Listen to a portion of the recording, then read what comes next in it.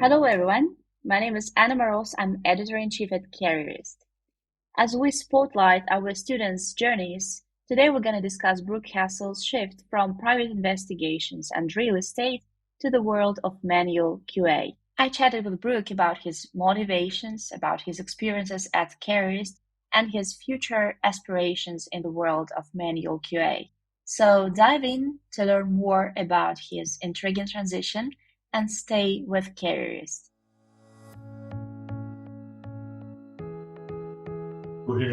Is trying to break stuff. I um, see. trying to find out what the flaws are, or if there are any, and bring them up to the development team to fix them before the product gets released. Well, I started with private investigations. Um, I was in private investigations since like 2008. Um, I was on a previous company or that company from 2011 to 2020. Laid off around the time of COVID, and then I decided to get into real estate or the Mhm. mortgage industry because interest rates were so low at the time. It seemed like it would be a good, it seemed like it would be a good growing career. But then as soon as COVID was kind of over a little bit, or not as important to most people, it the interest rates went back up. Nobody was buying houses anymore. Nobody was refining houses. So I was laid off again, so I had to find another career path. And I had always been interested in IT or the tech world in general. When I was in investigations, I had kind of reached the top anyway. The only other option for me would have become director or vice president or something like that. And I just seeing the responsibilities of those people in positions that were in those positions, I just didn't want to do that. But I definitely don't regret going into tech. It's just that it was always something I was interested in. I just finally took a deep dive into it. I didn't have any other reason not to. It couldn't have hurt, so why not?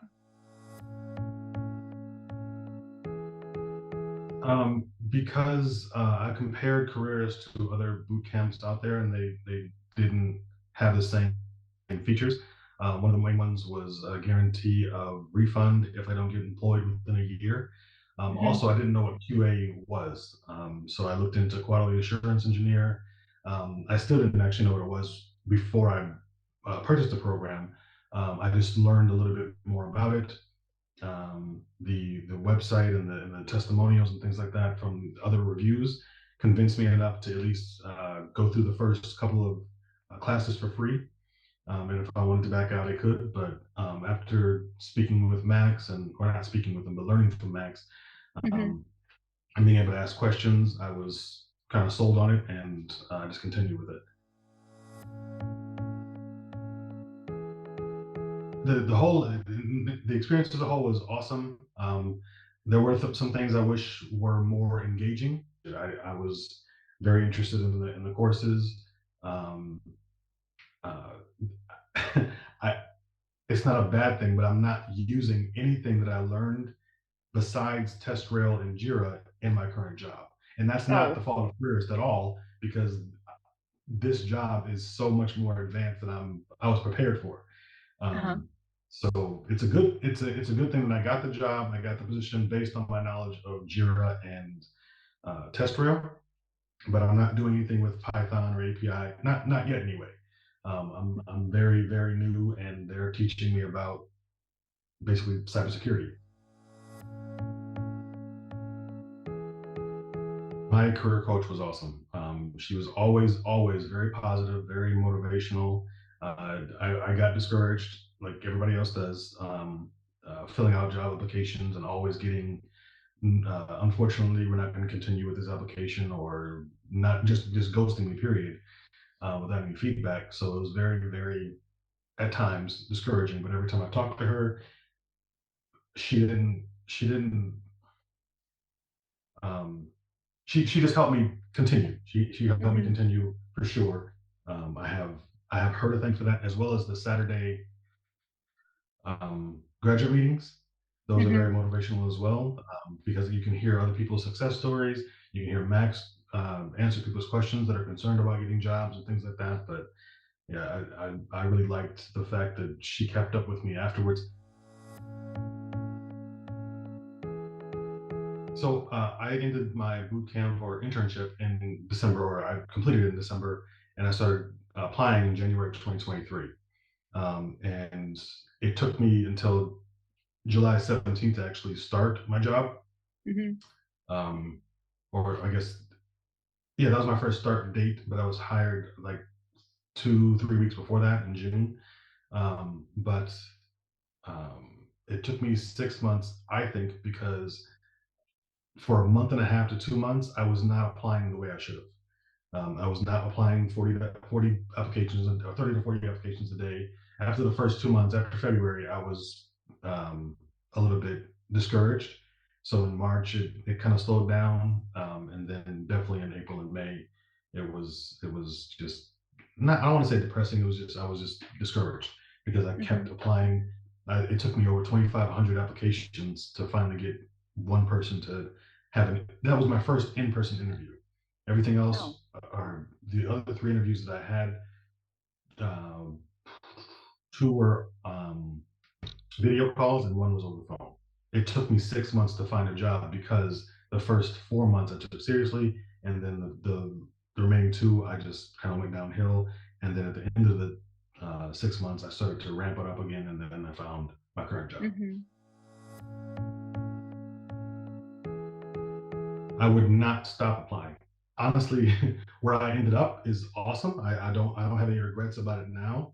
But if I had to do it again, I probably would just focus on applying every uh, every day of the week that you were told to for all the different positions, hybrid, remote, whatever, just to get your foot in the door into tech and then go from there. Mm-hmm. I wasn't very restrictive on my search criteria. I just didn't keep up with the amount of times I should be applying a week. Oh, definitely. This has opened up a lot of different opportunities for me, and whether or not I stay in QA or not, I'm actually in the tech world, and I can like I'm going to be. I know I'm going to be learning a lot more than I ever thought I would in QA. I was actually worried Mm-hmm. about whether or not I would need automation skills to be able to proceed or move Mm-hmm. forward. But the people at my current job told me, don't worry about automation unless you want to be a developer. You don't need to worry about automation, not in this specific industry anyway. Um, so I'm going to be learning, even more hands-on with Linux, OS X, networking with that, cybersecurity, QA engineer. I'm going to be learning all three of those things at the same time. And Mm-hmm. it's not an actual course of boot camps, just throughout the day. That's what I'm going to be experiencing. So my resume will be so much more detailed and impactful later on.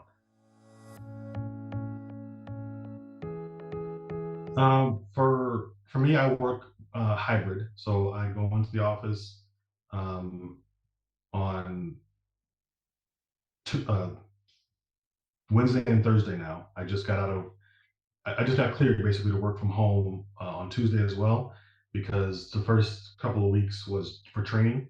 So now that I pretty much know, I don't want to say what I'm doing, but I know how to get through the day without asking too many questions. So we're working on our product, which is just cybersecurity device that can be implemented into your current network Mm-hmm. and let you know how many devices you have that are connected to the network, possibly let you control them, let you kick them off the network, things like that. So we just have to make sure that our device is compatible with Windows, OS X, Amazon, things like that. So that Mm-hmm. my job is I'm on the compatibility team. I'm just making sure that our product is compatible and stays compatible with their product, Mm-hmm. whoever I whoever see. our client is.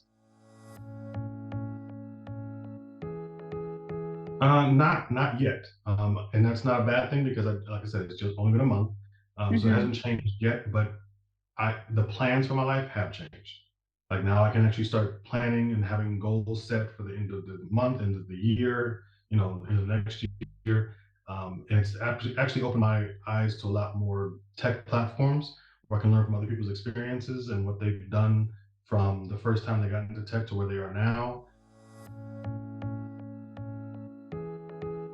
I have no problem staying at the same job, especially with the people I currently work with now. I have no problem with them as long as I'm able to contribute and not just.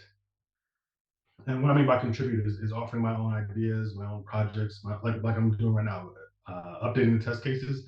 If I was told I couldn't update test cases, or I couldn't make it easier for myself to actually execute the test cases, then I probably wouldn't want to stay that long, because it looks like the company is so stuck in its ways, and this is the one way to do it, and that's the only way to do it. They would have hired me if that's the case. They would have had some kind of automation for it rather than. Um, but yeah, when I asked my team lead if I could do it, she said, yes, that's exactly why you're here. We want fresh eyes on the test cases. There may be something we're missing, so go ahead and do that. So I'm very grateful for that. They also offer certification through LinkedIn, or I'm sorry, continue education through LinkedIn Learning, Mhm. Mhm. and that's completely free. So yeah, I probably will, if nothing changes and I get to keep contributing and growing with the company and developing my skills, I'll probably be with this company for a long time.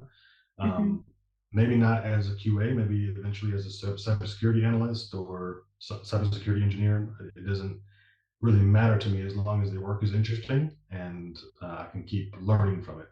Once Mhm. my day becomes boring, then yeah, I'll look for more of a challenge.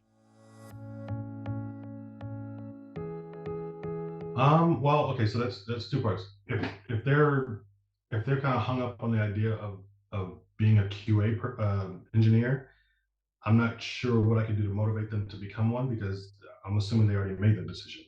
But to move forward with it, if they want to be a QA engineer and they just haven't been able to break into tech, I would just tell them to keep going.